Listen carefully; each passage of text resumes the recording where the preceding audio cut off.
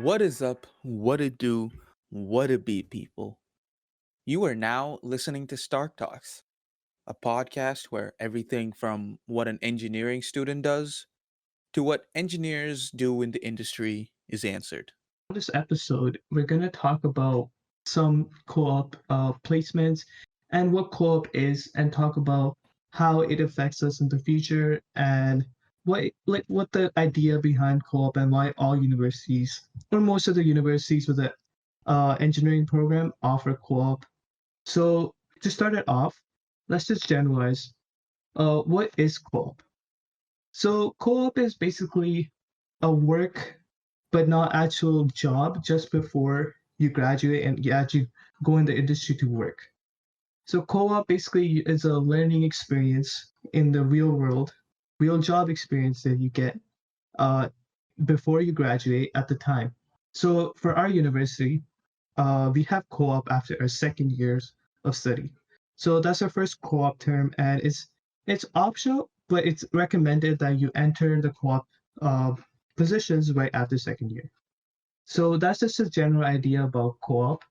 You guys want to give in some input about what co-op is and what you think of it? I think for me personally, I feel like co-op is after 2 years of actual study in university, it's all been theoretical, right? We have labs, yeah, the practical portion of the labs, but I feel like co-op is where you learn to apply what you're taught because you don't learn anything unless you actually apply what you were being taught. So I think that is what co-op mainly is about, is like giving you actual hands-on experience. Anything from you, Philip? I would say, see, like Bevan right now just mentioned about the experience part, I guess, right? Applying the knowledge you have gained during your years during your first year or second year, depending on the university you're coming in from. But also, co-op also provides a source of income for many students. I was just looking at a few stats. For example, McMaster claims that on an average, for a 12-month co-op, a student makes 46,000. For 4-month co-op, a student can make around $11,000. So that can obviously be put towards the tuition and so on. So it is a beneficial factor, highly beneficial factor for students that require the finances. And also another thing is it's a beneficial time to network with employers, because there could be a chance that in the future you will be working for those set companies that you're interning or you're doing your co-op terms at. So it's a really nice way to network with employers and colleagues, and to build on the knowledge that you have already gained from uni, and to, as Mevin said, to implement it into the real world. Yeah, I would agree. Like, co-op is like a great way to get like a head start to our actual careers, and just to experience what it's actually going to be like in the real world. And you might get a different co-op placements or just one co-op placement at one place for 12 months, say, and have it split up over all 3 years. That could be the case, but I know some people that get co-op placements at different places and experience different kind of jobs that can also set them up to what they like and what they don't like. So, for example, if I'm doing a software developer job or a project management job, I can choose whichever one I like and then possibly pursue it further on after I graduate. So I feel like it's a great way to get a head start to like not just an engineer's, any person's career, but mostly engineers, because like our industry is quite vast and like we can do a lot more things. Maybe it's not just focus on one thing. It's a great way to get a head start. So you would definitely say like doing multiple co-ops, not multiple co-ops, sorry, doing co-ops of different placements instead of doing like one big co-op term at one place would be much more beneficial than doing one big, sorry, wait, let me try that again. Doing co-ops at different places is better than doing your entire co-op at one place, correct? Yeah, I would agree with that. Yeah, because unless from the get go you know for a fact that this is the direction you want to take and there's no change of heart with that, right? And you get the opportunity that you're desiring for, I would highly recommend that you stick with it, right? And do your best to increase your chances of getting an employment, direct employment right after graduation from that company.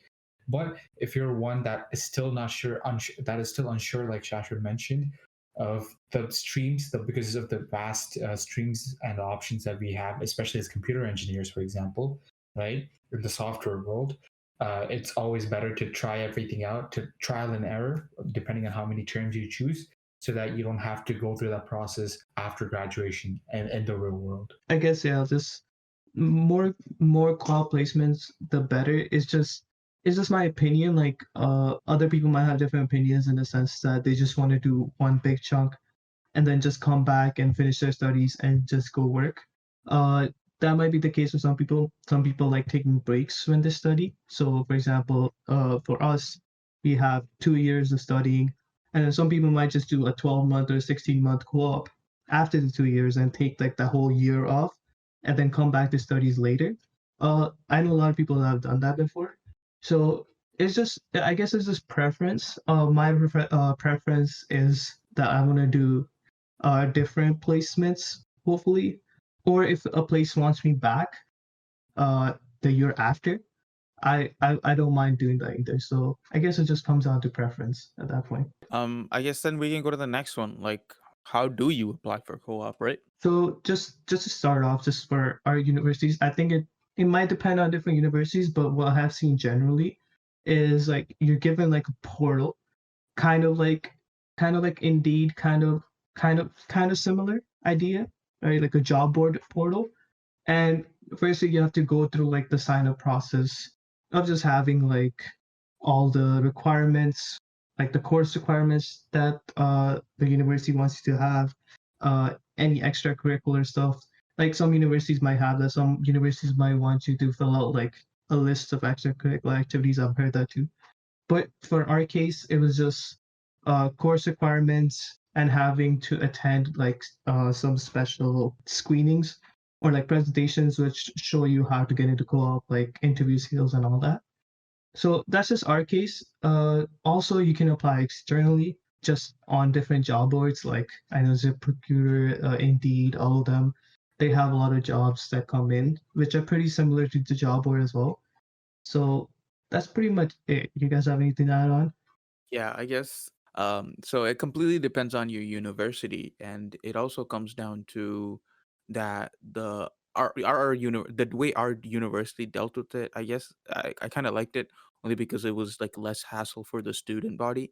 All we had to do was just sign in with our given logins, and they already had the information from our side that they already needed, and they just had their own job board where we would there were where they would post the different jobs that we could apply for, and we could sort them however we wanted. There were people in our batch that was applying for 8 months, some applying for 4, other for 12, and using that, we were able to filter it and apply for the jobs that we wanted to.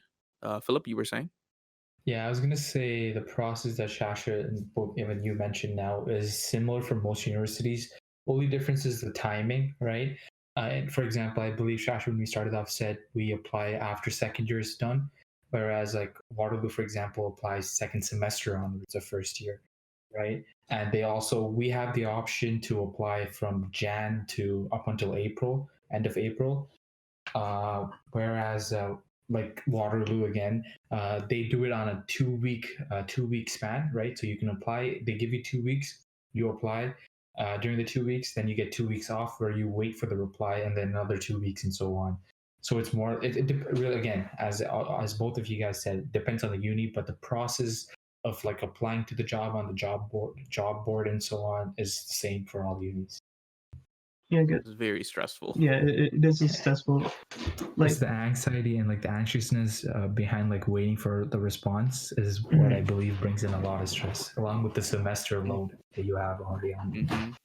Yep. yeah, that's what I think. Like it's great timing for us to do this because we're actually going through this process right now, and the best way to like show what happens in the process is when you're actually in it, right? So when Yeah. we're actually in it and we know like the inner workings, we know what's happening, right? We know when to like we know where to apply, we know when to apply, like when not to apply, or even if you get one, we'll know that after, but still we know like what happens and what's gonna happen with it. So that's basically everything. Like another question that comes up is like, where do co-op, like, which places or which companies you guys prefer, like big companies, smaller startups, or like or like just like interns. Maybe someone's just like a really small startup where they want you to work for free, like volunteer kind of position, but you still learn, take away a lot from it. Like, what's your guys' preference? I think I think that. Go ahead, Phil. Sorry.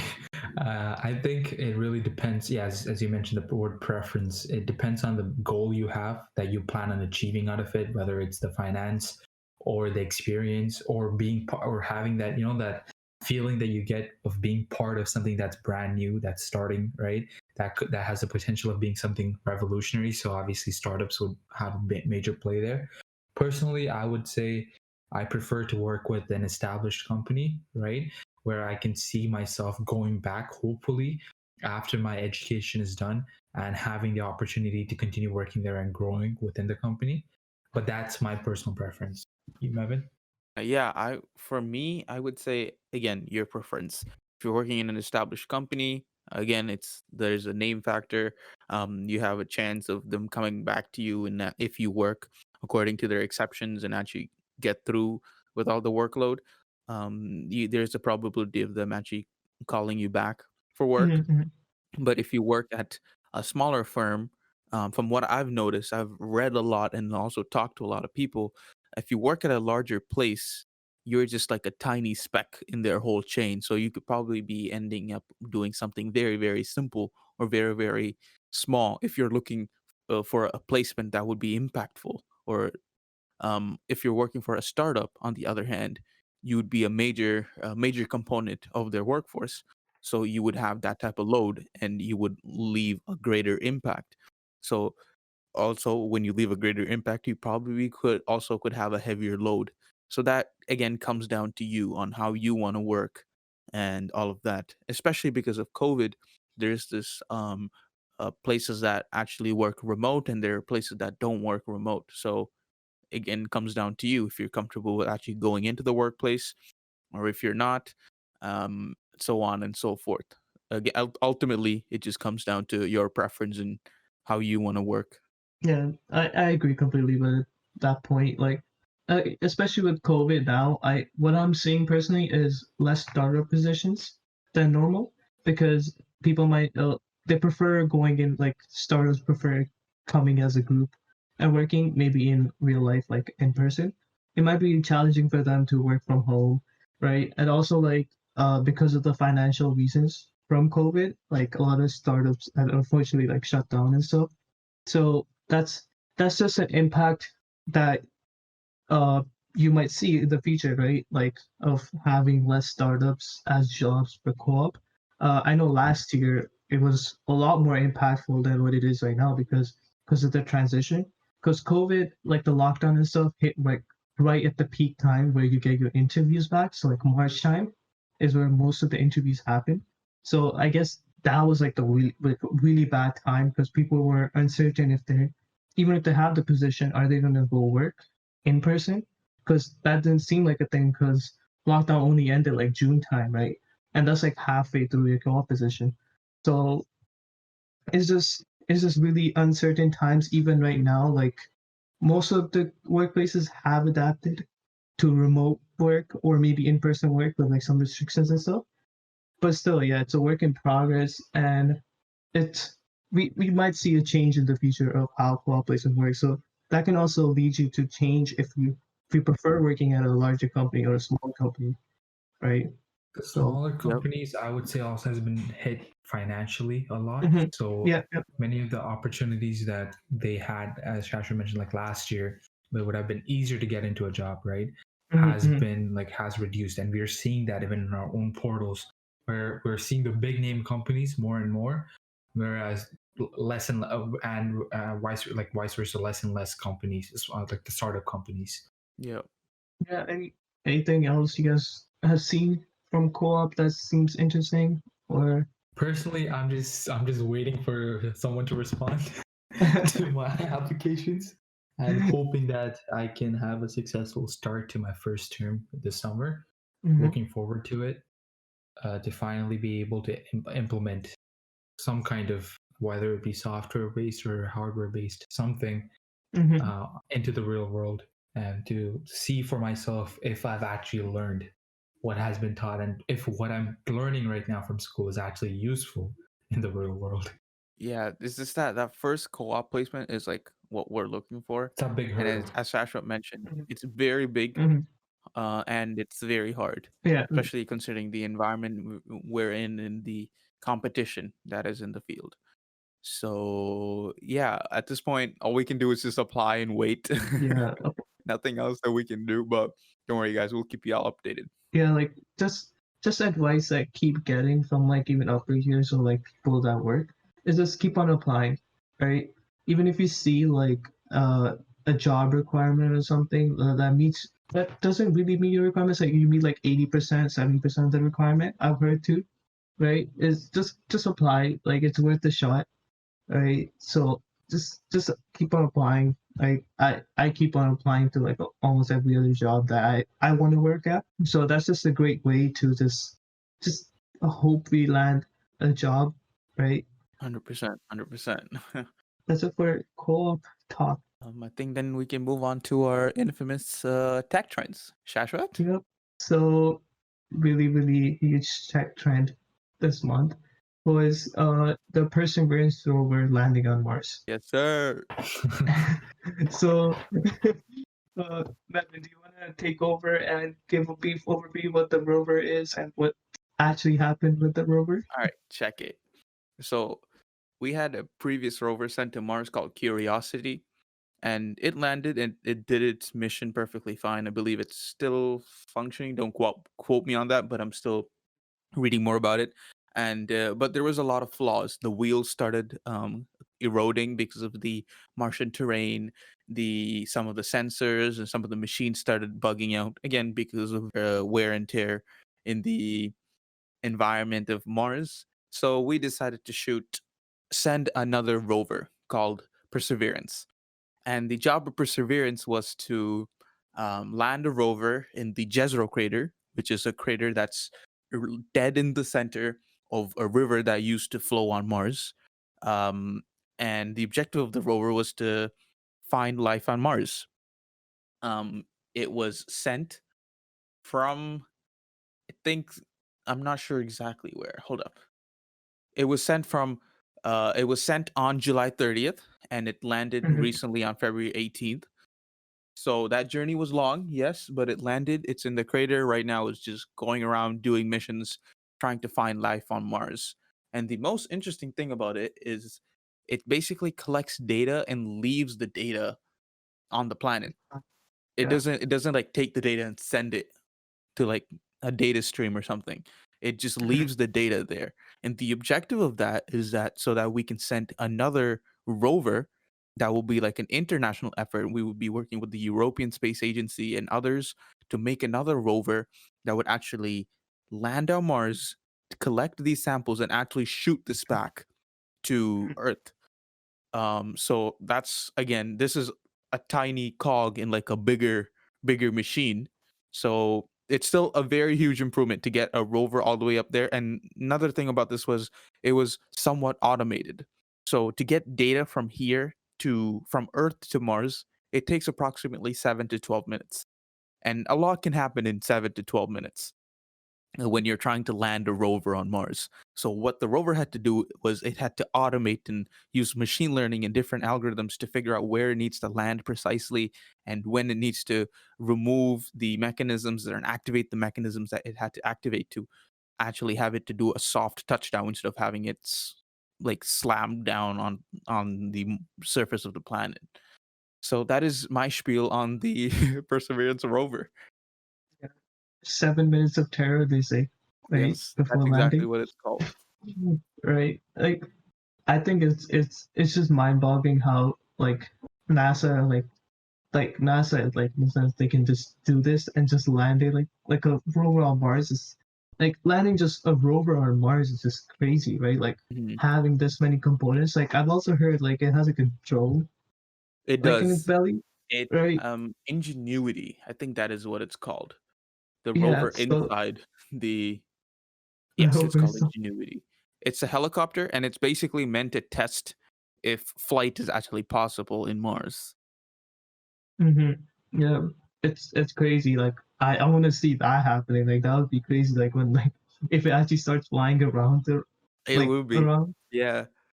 I'm like I'm and I'm just waiting on mhm, to see what Elon Musk, I believe he congratulated NASA, but I wanna see what he's going to do with it because the advancements that he's making is pretty sick. I'm not taking any credit away from NASA. Like huge shout outs to NASA to doing this, right? This is a very big accomplishment. But I believe if they work together, I think we could send a human to Mars pretty faster than they have actually set a deadline for. What do you think, Philip? I would say that I agree with you on that. But I was just like looking, I was just searching into because like I know like over time that like not Tesla, sorry, SpaceX has a contract with NASA. So I was just like searching into to see if they played any role in the Perseverance landing because one of the things that when I was like looking into the stock market over the past few days after the landing happened, the Tesla stock dropped, right? So that because like SpaceX is not a public company; it's a private company, right? So the only way to impact on Elon is through Tesla. So that was like one of the big drops that I saw because it was like it was a drop of nearly 100 USD, right, per stock. Oh well, per 1/4 or 1/5 of a stock. So like I agree with you. If they continue, if they create another contract to work together, it could obviously expedite the timeline they have currently set to land a rocket or a human or whatever it may be on Mars. It would be a pretty sick and historic thing to see, I guess. And I also did not know. I only came to know now when you mentioned how this is like a section of the bigger plan of like landing another mhm, rover. What? Like you know how you mentioned yeah. Actually? what? Bro, I've been running my mouth about this every time we talk. What do you really? Yeah. Yeah. I didn't know that it was gonna keep data on Mars itself. Like it was gonna leave Yeah. it there. So I was gonna ask, like, do you know what the timeline for that is? Like, I know it's not built yet, or like it's a team effort, or like the worldwide effort on that for I that. think it's I think 2026, not Oh, sure. okay, that's pretty Yeah, like close. Yeah, I think so, think so. estimation would be that. Hmm. Because Curiosity was like 2011, 20, like I don't know the exact date, like Mhm. somewhere around there. Hmm. So if you see that gap, like 8 to 10 years, I Makes think that'll sense. be the gap Okay, for the next Mhm. or so so. I'm guessing the drone technology will be used to find out if it can launch from Mars, right? The next rocket. Mhm. Yeah, that's also another big thing. Yeah, so, like, this drone's basically gonna land on Mars and collect all of these data and just shoot it back to another orbiter that's, like, orbiting on Mars, and this orbiter is going to, like, take that data and come all the way back to Earth. It's It, all it, over the place, but it's super exciting. It's a complicated system, but it sounds Yeah. pretty exciting. yeah, like it's really complicated. Like I was watching like some videos about like behind the scenes stuff of them like actually building it and how big their team actually is at the Jalpa Personal Lab. So it's crazy how many people like come together to build this rover and build like components of the rover itself, right? Eh, Yeah, Bro, like Mhm. imagine getting co-op here, guys. oh, that'd be crazy. Do they That'd even be, do that? I think they do, right? they do.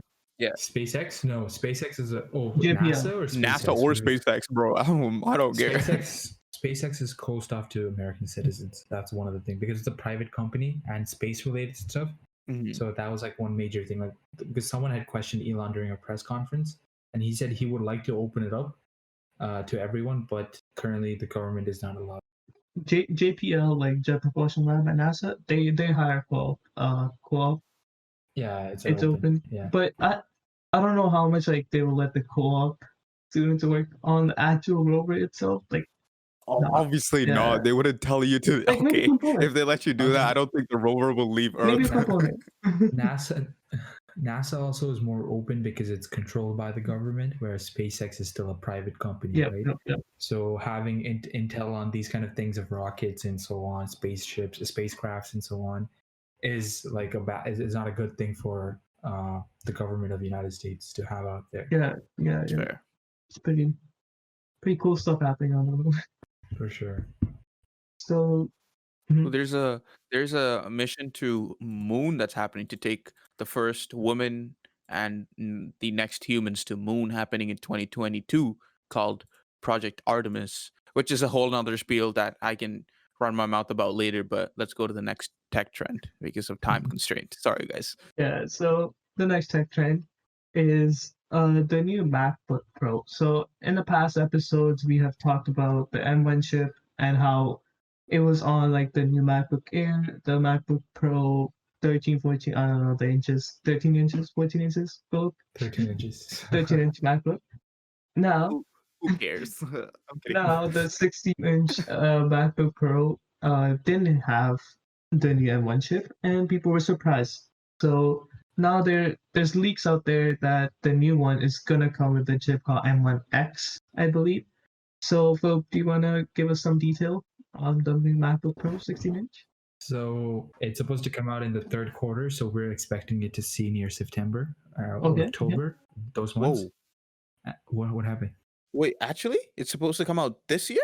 Yeah, it's coming out this year. Yeah, the M1X. Yeah. Whoa. Okay. All right. Because Alright. M1 already came out last year, right? As Shashwat mentioned, we were expecting the M1 to come with the 16 inch as well, Mhm. but they held back from that. So there's a 14 inch as is mentioned and a 16 inch. 16 inch is the one that has all the info out so far, or the leaked info, I guess, in a way. So the M1 chip had 8 cores. The 16 inch is speculated to have 16 cores, and there's some leaked info to validate that. I believe. Yep. Another thing was again, M1X chip is supposed to be the fastest chip. It's supposed to beat any Intel chips, and it directly competes with i9. And it's supposed to be, according to the benchmarks and stuff that people are doing, even though the chip does not exist to general public yet.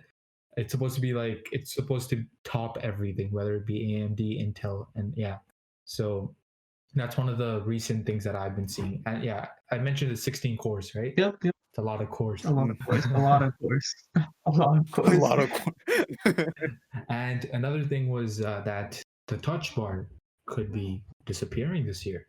Oh. So that is in my point of view, it's a super good improvement for Apple to be taking, because a lot of people, including myself, have as a MacBook user, has been against this touch bar concept that they introduced back in 2016. Why do you hate the touch bar? Okay, there's a couple things. The batteries are located near there. The fan is located near there too, right? And a screen display of this sort heats up that area of the laptop, right? And MacBooks are known to have, the generation that I bought it in 2019. In 2020, they fixed the thermal throttling and the thermal issues, but up until this year, like heating up is a big issue. Like with me personally, if I touch anywhere near my touch bar, it's burning hot right now, and I'm not running anything except for. Well, you definitely heard you touch that. Oh, really? Sorry, It's okay.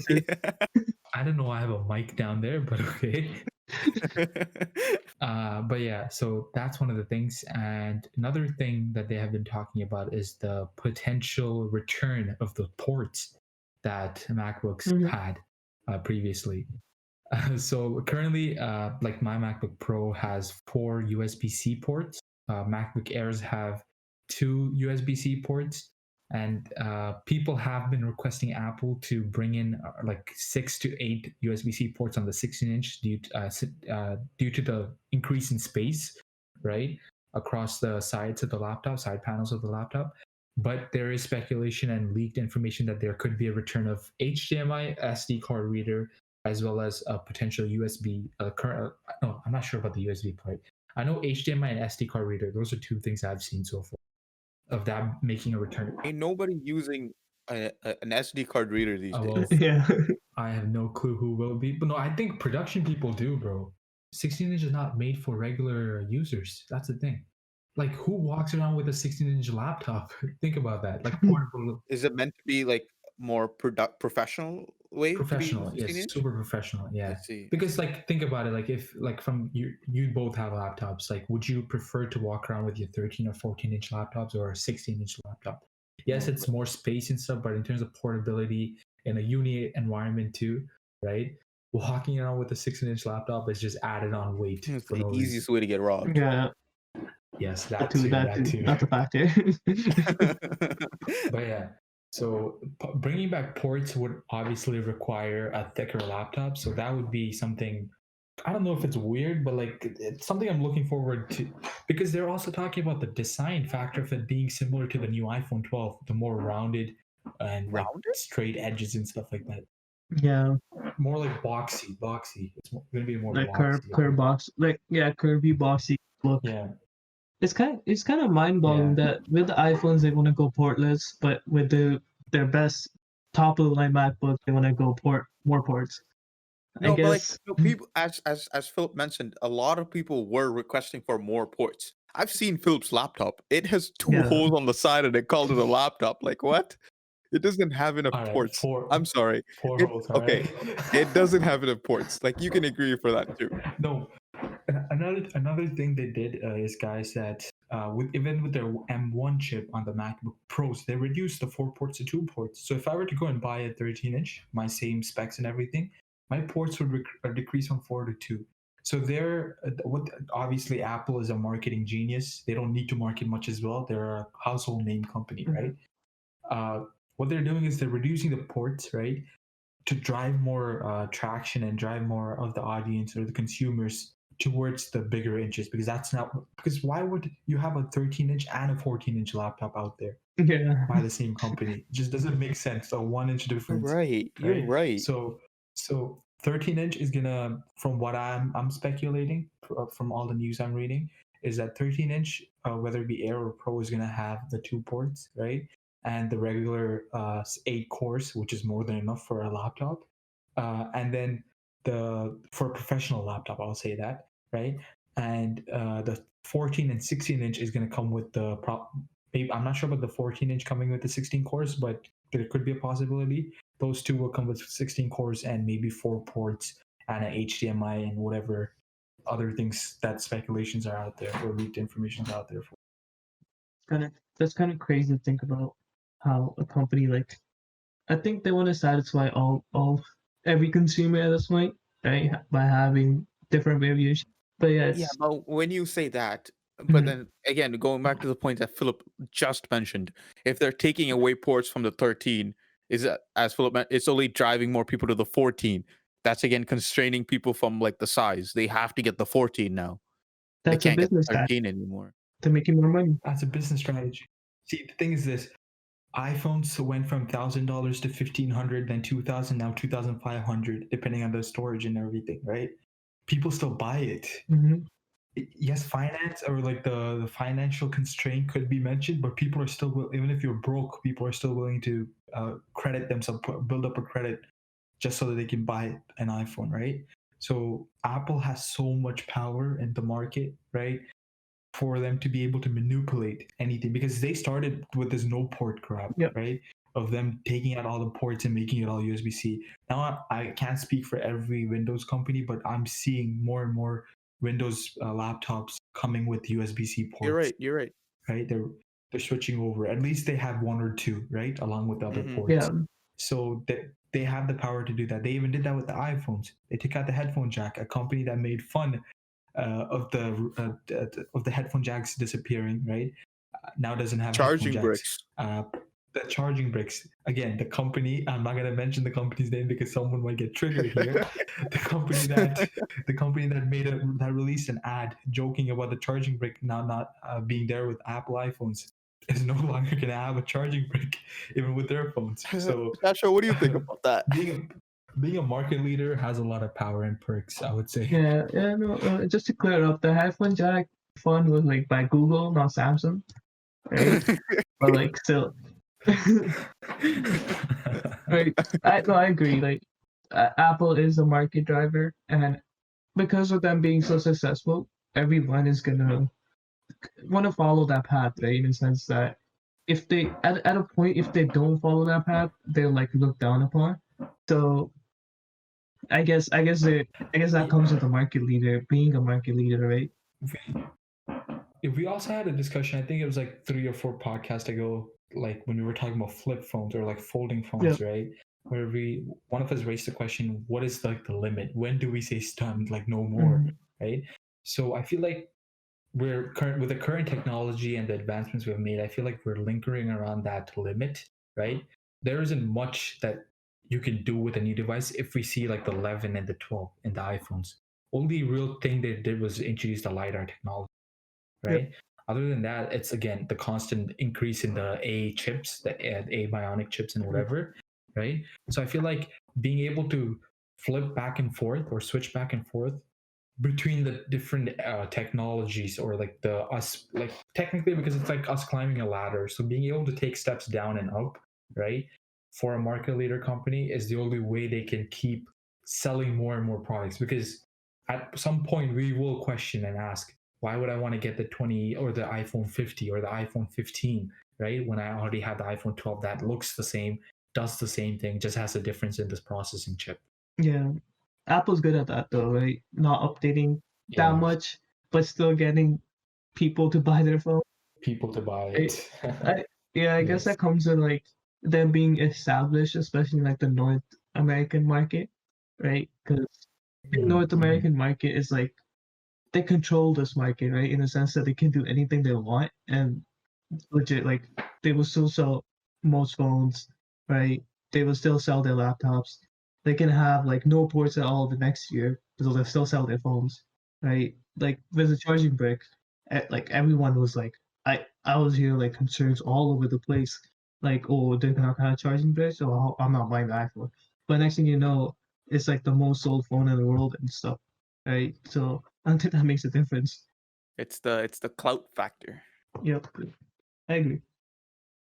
Comes with being a market leader, I guess. Again, right? That's the whole point of just being Yep. a leader. And they to give them like the credit, they have stood as a market leader for a really long time. It's like so some companies won't be able to do that. So like for example, taking like BlackBerry stuff, BlackBerry and Nokia, they started this smartphone kind of thing, right? They could have easily been at Apple's Yeah. place, but look where they are now, right? Compared to Apple, or like someone like Samsung who comes in after and takes those companies' place.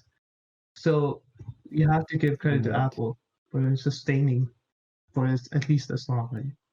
Are you any of you guys planning on possibly switching over to MacBooks? Man, none of us are gonna go for that. No, not personally. you're gonna be our only man guy on this podcast. I'm telling you, watch. Yeah, Never know. People change minds. If we have another guest that is a MacBook fanatic, that will be a date that is going to be marked on my calendars and on our Stark websites. So Oh man. I think with that note we can end the episode, right, guys? yeah. Yeah. Okay, so if you would like to listen to more of our stuff, check us out at Stark Enterprises on listening platforms like Spotify, Apple, and Google Podcast.